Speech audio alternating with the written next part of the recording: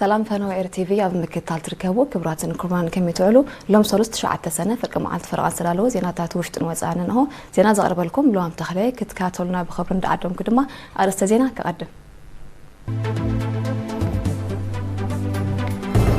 بريزيدنت إساس هافوركن بريزيدنت عبد الفتاح السيسي كلتا أوركب أكايدو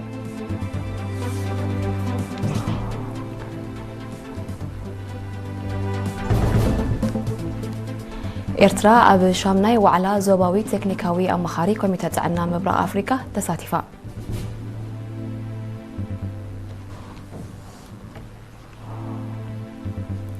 نأولات منستري حرشا زوبا قاشباركا أب محدرا نبرتن أتححزا جنزابن ذات كورة سلطانة تواهيمو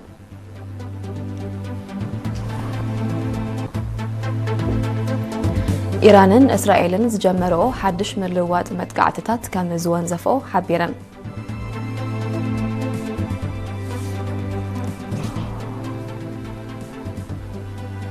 أوروباوي حبرت قابل على روسيا كبيد قطباوي حاسيا كورد كم زخل زغلصو حدش اجدا كم زوسن غليصو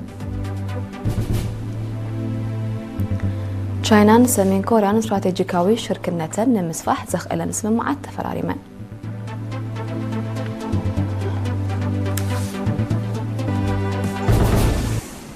أبزرزرو كنسكر بريزيدنت إساس هافوركي أب جبسي موقعوي مبصح نفتان بشوعات سنة أماسياو كتما كايرو كم زاتو زفلاتيو تمال دما بريزيدنت عبد الفتاح السيسي وقعوي أقبابلا كجبرولون كلو أب السفر عليه زعواتات تكرر ركب دما أكايدوم لوغ متر زينا بقولس نتاباي كابت بوتات زلا أخذ سبسابه كرمسكال جرسكي بريزيدنت إساس هافوركن بريزيدنت ريبابليك جبسي عبد الفتاح السيسي لومي شمنت سنة أب كايرو أب زقبرو ركب أب كلتاوي قدباوي زباون أحقراون قديات زتكوري سفيح زتأكايدام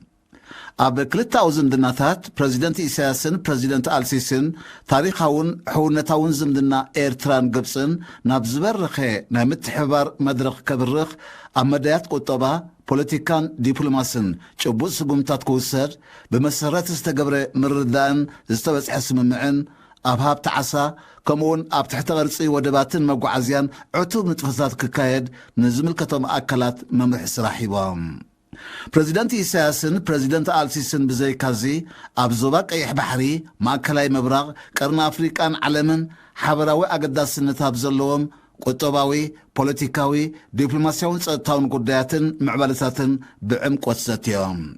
أبتركب بوغن إيرترا منستر قديات وصياتو عثمان صالحن فصام قديات إمباسي إيرترا بقبسي أتو أمان عبد الواسعن بوغن قبس دما منستر قديات وصيات دكتور بدر عبد العاطي كمون منستر مقعزيان أمباسادر بإيرتران ترخيبهم نيرام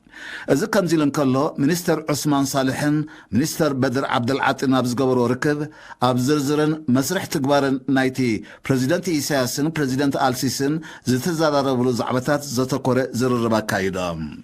أقدمو بريزيدنت عبد الفتاح السيسي ني بريزيدنت إساس هافوركي وقعوي أكباب لا غير له سلام دولة إثيوبيا سلام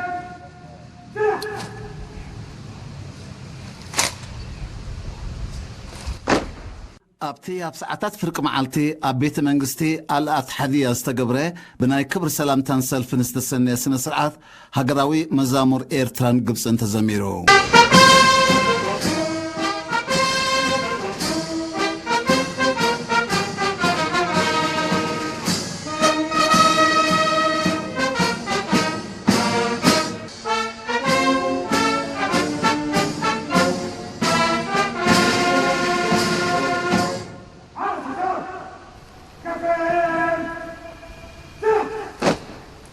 بريزيدنت إساس ناي سلست معلتات وقعو مبسحن مفصام بسنبت شوعات سنايو كايرو أتيو إرترا أب نيروبي كينيا أب زتقانع شامناي وعلى زوباوي تكنيكاوي أمخاري كوميتة عنا مبرا أفريقيا تساتفا كابت بوتاز بزحنة سبسا برسيما اسمرما واحدات الله يسعب ኤርትራ ጥዕናዊ ውሕስነትን ልኡላውነትን ኣፍሪቃ ብዘላቕን ሓድሽን መዋእለ ንዋይ ኣብ ጥዕና ኣዴታትን ህፃናትን ቀዳማይ ደረጃ ክንክን ጥዕናን ምምዕባል ብዝብል ቴማ ካብ 3 ክሳብ 5 ሰነ ኣብ ናይሮቢ ኬንያ ኣብ ዝተቃንዐ ሻምናይ ዋዕላ ዞባዊ ቴክኒካዊ ኣመኻሪ ኮሚቴ ጥዕና ምብራቕ ኣፍሪቃ ተሳቲፋ ኣምባሳደር ኤርትራ ኣብ ኬንያ ኣቶ በየነ ርእሶም ኣብቲ ዋዕላ ኣብ ዘስምዖ መደረ ኤርትራ ኣብ ምዕባለ ቀዳማይ ደረጃ ክንክን ጥዕናን ዘመዝገበቶ ተመክሮን ዓወታትን ብምጥቃስ መንግስቲ ተጠቃምነት ኣገልግሎት ጥዕና ክሳብ ዝረሓቐ ከባቢታት ሃገርና ንምርግጋጽ ንዝገብሮ ዘሎ ኣበርክቶ ጥዕና ኣዴታትን ህፃናትን ንምውሓስ ኣብ ክትትል ቅድምን ድሕርን ሕርሲ ኣብ ርሑቕ ከባቢታት ዝነብራ ኣዴታት ኣብ ትካላት ጥዕና ከም ዝሓርሳ ንምግባር ዝተሃንፃ መጸበይ ነፍሰ ጾራት ዝተዋህበ ስልጠና ክንክን ወሊድን ዘመዝገቦ ውፅኢትን ኣመልኪቱ ዝርዝራዊ መግለጺ ሂቦም ኣብ ዓውዲ ጥዕና ህፃናት እውን ብመደብ ሃገራዊ ክታበትን ውህድ ኣመሓዳድራ ሕማማት ህፃናትን ኣቢሉ ዝተመዝገበ ዕቤት ኣብ ምድላል ጥዕና ህፃናትን ምስፋሕ ሸፈነ ክታበትን ልዑል ተራ ከም ተፃወተ ዝጠቐሰ ኣምባሳደር በየነ ጥዕና ውፅኢት ሕብረተሰብ ምስ ትምህርቲ ማይ ሕርሻ መግብን መንበርን ዝተኣሳሰረ ብምዃኑ መንግስቲ ኤርትራ ኣብዞም ዓውድታት ዝተዋሃደ መደባት የሰላስል ከም ዘሎ ኣነፂሮም እቲ ብማእከል ምቁፅጻርን ምክልኻልን ሕማማት ኣፍሪቃ ዝተዳለወን ተወከልቲ ኣባል ሃገራት ዞባዊ ትካላት ሞያውያን ጥዕናን መሻርክቲ ልምዓትን ዝተሳተፍዎን ዋዕላ ኣብ ምድላል ጥዕናዊ ውሕስነት ምክልኻልን ምድላውን ለበዳታት ምምሕያሽ ጥዕና ኣዴታትን ህፃናትን ምስፋሕ ኣገልግሎት ክታበትን ቀዳማይ ደረጃ ክንክን ጥዕናን ዘተኮረ ዛዕባታት ክዝትን ከሎ ኤርትራ ድማ ኣብቲ ዛዕባታት ንዝግበር ዘሎ ዞባዊ ፃዕርታት ንምድጋፍ ቅሩብነታ ኣረጋጊፃ ንኣባላት ሚኒስትሪ ሕርሻ ጨንፈር ዞባ ጋሽ ባርካ ኣብ ምሕደራ ንብረትና ተሓሓዛ ገንዘብን ዘተኮረ ስልጠና ካብ 5 ክሳብ 7 ሰነ ኣብ ባረንቶ ተዋሂቡ እቲ ብምትሕብባር ሚኒስትሪ ፋይናንስ ሃገራዊ ልምዓትን ክፍሊ ትሬጀሪን ተዳልዩ ን77 ደቂ ኣንስትዮ ዝርከብዎም 174 ሓለፍቲ ሕርሻ ንኡስ ዞባታት ጨናፍርን ኣሃዱታትን ከምኡውን ክኢላታት መኻዕበቲ እቶት ዝተዋሃበ ስልጠና ኣተሓሕዛ ንብረትን ሰነዳትን ምሕደራ ገንዘብ መንግስትን ግዴታታት ተሓዝ ገንዘብን መምርሒታት ቀረብ መኻዕበቲ እቶት ስርዓተ ኣጠዓቃቅባ ንብረት መደብ ንርቃሕን ባህርያዊ ሕርሻን ካልን ዘጠቃለለ ምንባሩ ማዳይሬክተር ክፍሊ ሕርሻን መሬትን ትዞባ ኣቶ አቡበከር ዑስማን ሓቢሩ ሚኒስትሪ ሕርሻ ሕርሻዊ ምህርቲ ንምስሳን ካብ ጽባህ ናጽነታት ሒዙ ዝተፈላለዩ ዘርኢ ድኹዒ መድሃኒትን ሞተረታትን ብርትዓዊ ዋጋ ብምቕራቡ ሓረስቶት ውፅኢታዊ ዕቤት የመዝግቡ ከም ዘለዉ ዝሓበረ ኣቶ አቡበከር ሕርሻዊ እትዋት ንሓረስቶት ብቐረባን ብቐሊሉን ንኽባጻሕ 120 ዘኣባላታ ኣሃዱ ቆይማ ኣብ ኩለን ምምሕዳራት ከባቢታት ብኣድማዕነት ንጥፈታታ ተሰላስል ከም ዘላ ሓቢሩ ዳይሬክተር ክፍሊ ምምሕዳርን ፋይናንስን ሚኒስትሪ ሕርሻ ኣቶ ኤፍሬም ክፍሉ ብወገኑ እቶትን እቶታውነትን ሓረስቶት ብምዕባይ ማኣዛዊ መግቢ ንኹሉ ኣብ ኩሉ ዝብል ዘላቒ ሸቶ ሚኒስትሪ ሕርሻ ንምትግባር ኣብ ምሕያል ዓቕሚ ሰብን ትግባር ዝተሓንፀፁ መደባት ኣብ ምርግጋፅን ንጹር መምርሒታት ብምሕንፃፅ ንክኢላታት ሰብ ሞያ ሕርሻን ሓረስቶትን ዝተፈላለዩ ስልጠናታትን ኣስተምህሮታትን ከም እተዋህበ ጠቂሱ ኣብ 2022 ዝቆመት ኣሃዱ መኻዕበት እቶትን ጥዕና እንስሳን ኣብ ምኽዕባት እቶትን እቶታውነትን ቦታዊ ውፅኢት ተመዝግብ ከም ዘላ ሓቢሩ ኣመሓዳሪ ዞባ ጋሽ ባርካ ኣምባሳደር መሐሙድ ዓሊ ሕብሪ ብግድኡ ኣብ ሞንጎ ክኢላታት ሕርሻን ሓረስቶትን ዱልዱል ዝምድና ብምፍጣር ምህርቲ ክብ ንምባል ዝተኣታተው ንጥፈታት ምዕቃብ ሓመድን ማይን መደብ ንርቃሕን ቀዳምነት ተዋሂቦም ይስርሓሎም ከም ዘሎ ጠቂሱ ምሕደራ ንብረትን ገንዘብ መንግስትን ንምዕቃብ ኣብ ዝተፈላለዩ ከባቢታት ዞባ ዘለዋ መኻዚኖታት ዘለዎም ትሕዝቶን ኩነታተንን መጽናዕትን ተፍትሽን ብምክያድ ዘይተመዝገቡን ንብረት መንግስቲ ብግቡእ ክትሓዙ ኣተሓሳሲቡ ኣብ መወዳእታ ሰልጠንቲ ዝተዳለወሎም ናይ ምስክር ወረቐት ተቐቢሎም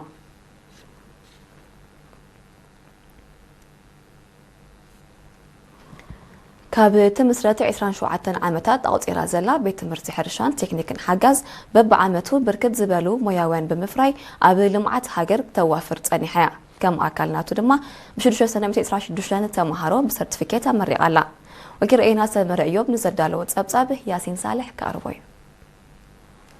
بتمرت حرشان تكنيكن حجاز نخلت عامتات بجبرين كل حسابن كتمرم تصنحت 45 دقيقة انستي زركبو 126 تمهارو بشدش سنة بدرجة سرتيفيكيت مريقاهم ሓላፍቲ ቤት ትምህርቲ መምህር መልአከ ብርሃነ ኣብቲ ናይ መመረቕታ ስነ ስርዓት ኣብ ዘስማዕ ቃል ተመረቕቲ 34 ብስነ እንስሳ 34 ብስነ ኣትክልቲ 23 ብኣግሮ ሜካኒክ 35 ብስነ መዕቃብ ሓመድን ማይን ልምዓት መስኖን ከም ዝወድኡ ጠቒሱ ብዝቐሰምዎ ትምህርቲ ልምዳዊ ሕርሻ ናብ ዘመናውን ቴክኖሎጂካውን ብምልዋጥ ምዕባለ ሕርሻ ከውሕሱን ኣብ ዝተመደብዎ ቦታ ስራሕ ኣቕሞም ከዕብዩ ክፅዕሩን ተላቢሙ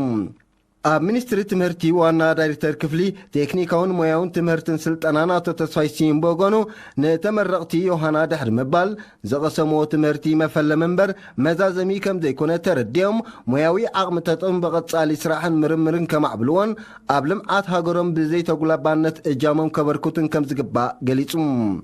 ብነፃ ንዘምሃሮም ህዝብን መንግስትን ብዓጸፋ ክኹሕሱን ዘቐሰምዎ ሞያውን ቴክኒካውን ትምህርቲ ብግብሪ ክሰርሑሉን ድልዋት ምህላዎም ዝሓበረት ወኪል ተመረቕቲ ኣብቲ ቤት ትምህርቲ ብዝተገበረሎም ኣልያ ንዘጥረይዎ ልዑል ስነ ምግባርን ርእሰ ተኣማንነትን ኣመስጊና ኣመሓዳር ንኡዞባ ሓጋዝ ኣቶ እድሪስ መሐመድ ሓመድ ድማ ተመረቕቲ ሞያዊ ዓቕምታቶም ተጠቂሞም ትፅቢት ህዝብን መንግስትን ክምልሱን ጸጋታት ሕርሻ ብምዝማዝ እተታውነት ከኻዕቡትን ኣብነታውያን ኣውሓስቲ ክኾኑን መዒዱም ብሉፅ ነጥቢ ዘምፅኡ ተመረቕቲ ካብ ኢድ ዝተፈላለዩ ሓለፍቲ ሽልማት ተቐቢሎም ኣብ 1999 ስራሓ ዝጀመረት ቤት ትምህርቲ ሕርሻን ቴክኒክን ሓጋዝ ኣብ 25 ዙርያታት 1141 ደቂ ኣንስትዮ ዝርከብኦም 3060 ተምሃሮ ከም ዘመረቐት ሰነዳታ የነጽር ክቡራትን ክቡራንን ቀጽሉ ዝቐርብ ዜና ወጻኢ ምክትታልኩም ደኪመ ብኽብሪ ዕድም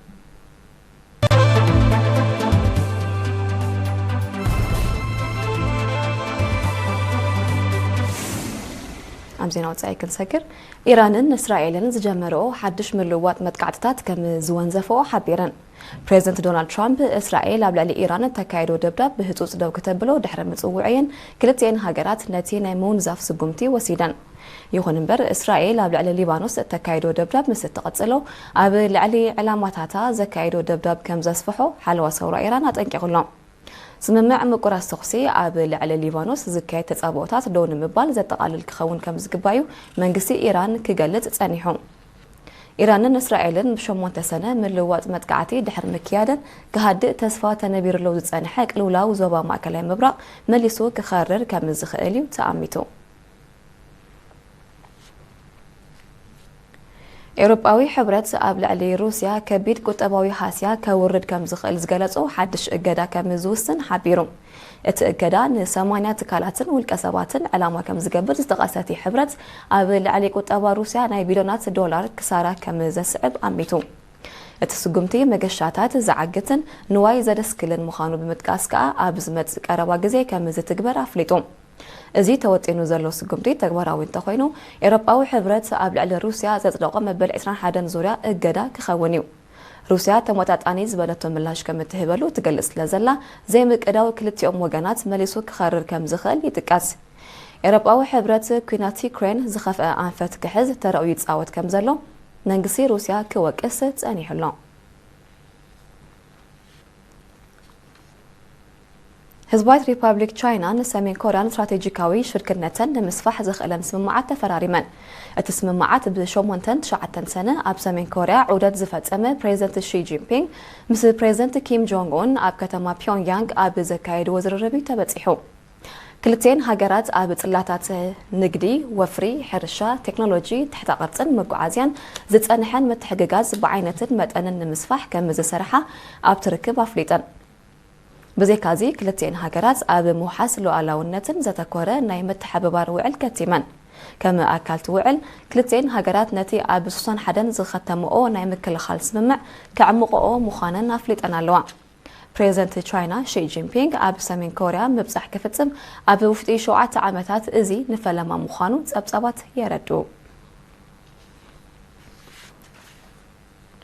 فرنسا قبرصن اب صلات مكلخال زتكوره كلتاوي سممع كم تفرارما حبيرا تسممع غونغونتي بشومونت سنه اب قبرص زتخايده اخبا منسرات مكلخال اوروبا وحبرتي تفرمو بمسرة تسممع فرنسا اب قبرص سراويت كتوافر قبرص ون اب جزءات فرنسا تماثالي وفري كتكايديا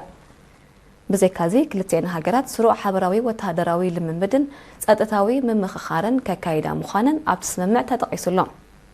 እዚ ከምዚሉን ከሎ እቲ ወተሃደራዊ ውዕል ፈረንሳ ኣብ ማእከላይ ባሕርን ከባቢኡን ህላውኣ ከተውሕስ ክሕግዛ ከም ዝኽእል ተንተንቲ ይእምቱ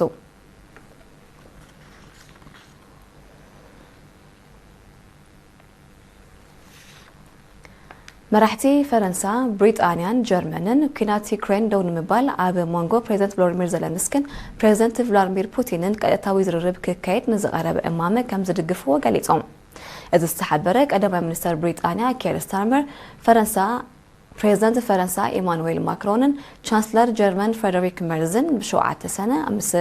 ፕሬዚደንት ቭሎዲሚር ዘለንስኪ ኣብ ከተማ ለንደን ኣብ ዘካየድዎ ህጡፅ ርክብ እዩ እቶም መራሕቲ ኣብ ዘውፅኡ ሓበራዊ መግለጺ እቲ ንልዕሊ 4 ዓመት ዝቐጸለ ኩናት ደው ንምባል ዝብጻሕ ዝኾነ ይኹን ስምምዕ ሰላም ንጸጥታዊ ረብሓታት ኤውሮጳዊ ሕብረት ኣብ ግምት ዘእተወ ክኸውን ከም ዝግባእ ኣስሚሮምሉ እዚ ከምዚሉን ከሎ ሩስያ ብሚሳይላትን ሰብ ኣልቦ ነፈርትን ኣብ ልዕሊ ከተማታት ዩክሬን ንዘካየደቶ ሰፊሕ መጥቃዕቲ ብትሪ ኮኒኖሞ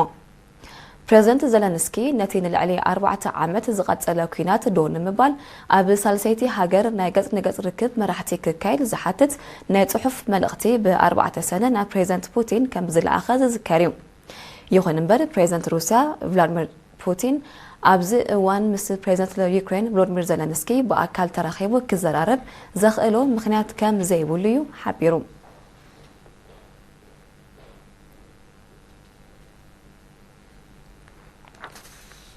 መንግስቲ ብሪጣንያ ተጠቃምነት ማሕበራዊ መራኸቢታት ንታሕቲ 16 ዓመት ዝዕድመኦም ቆልዑ ክእግድ መደብ ከም ዘለዎ ኣቃሊሑ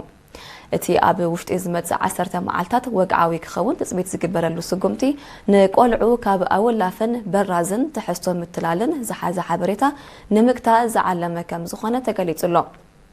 ቀዳማይ ሚኒስትር ብሪጣንያ ኬር ስታርመር ትማሊ 8 ሰነ ኣብ ዝሃቦ መግለጺ ከም ኣፕልን ጉግልን ዝኣመሰላ ኩባንያታት ቴክኖሎጂ ትሕቲ 18 ዓመት ዝዕድመኦም ቆልዑ ኣብ ሞባይሎም ጽዩፍ ስእልታት ከይርእዩን ናብ ካልኦት ከይሰዱን ዝዓግት መተግበሪ ኣብ ውሽጢ 3 ኣዋርሕ ከተኣታትዋ ኣዚዙሎም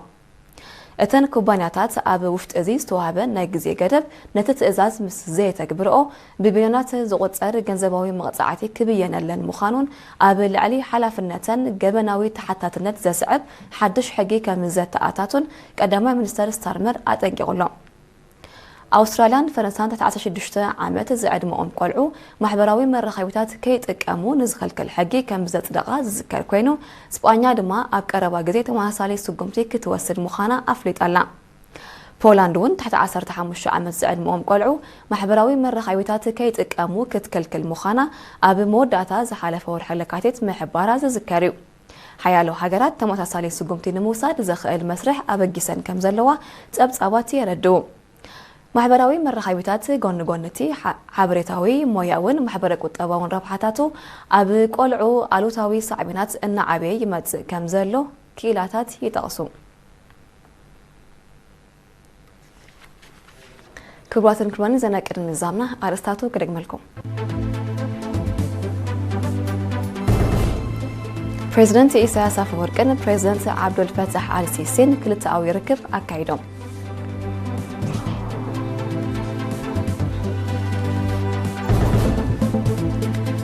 ኤርትራ ኣብ ሻምናይ ዋዕላ ዞባዊ ቴክኒካዊ ኣማኻሪ ኮሚቴ ጥዕና ምብራቕ ኣፍሪቃ ተሳቲፋ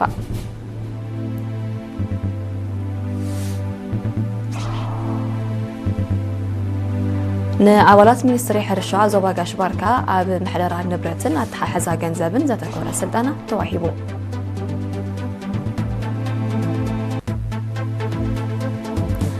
ኢራንን እስራኤልን ዝጀመረኦ ሓድሽ ምልውዋጥ መጥቃዕትታት ከም ዝውንዝፍኦ ሓቢረን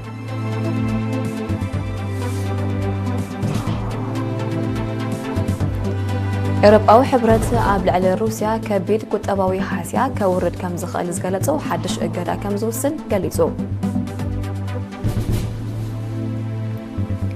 ቻይናን ሰሜን ኮርያን ስትራቴጂካዊ ሽርክነትን ንምስፋሕ ዘኽእለን ስምምዓት ተፈራሪመን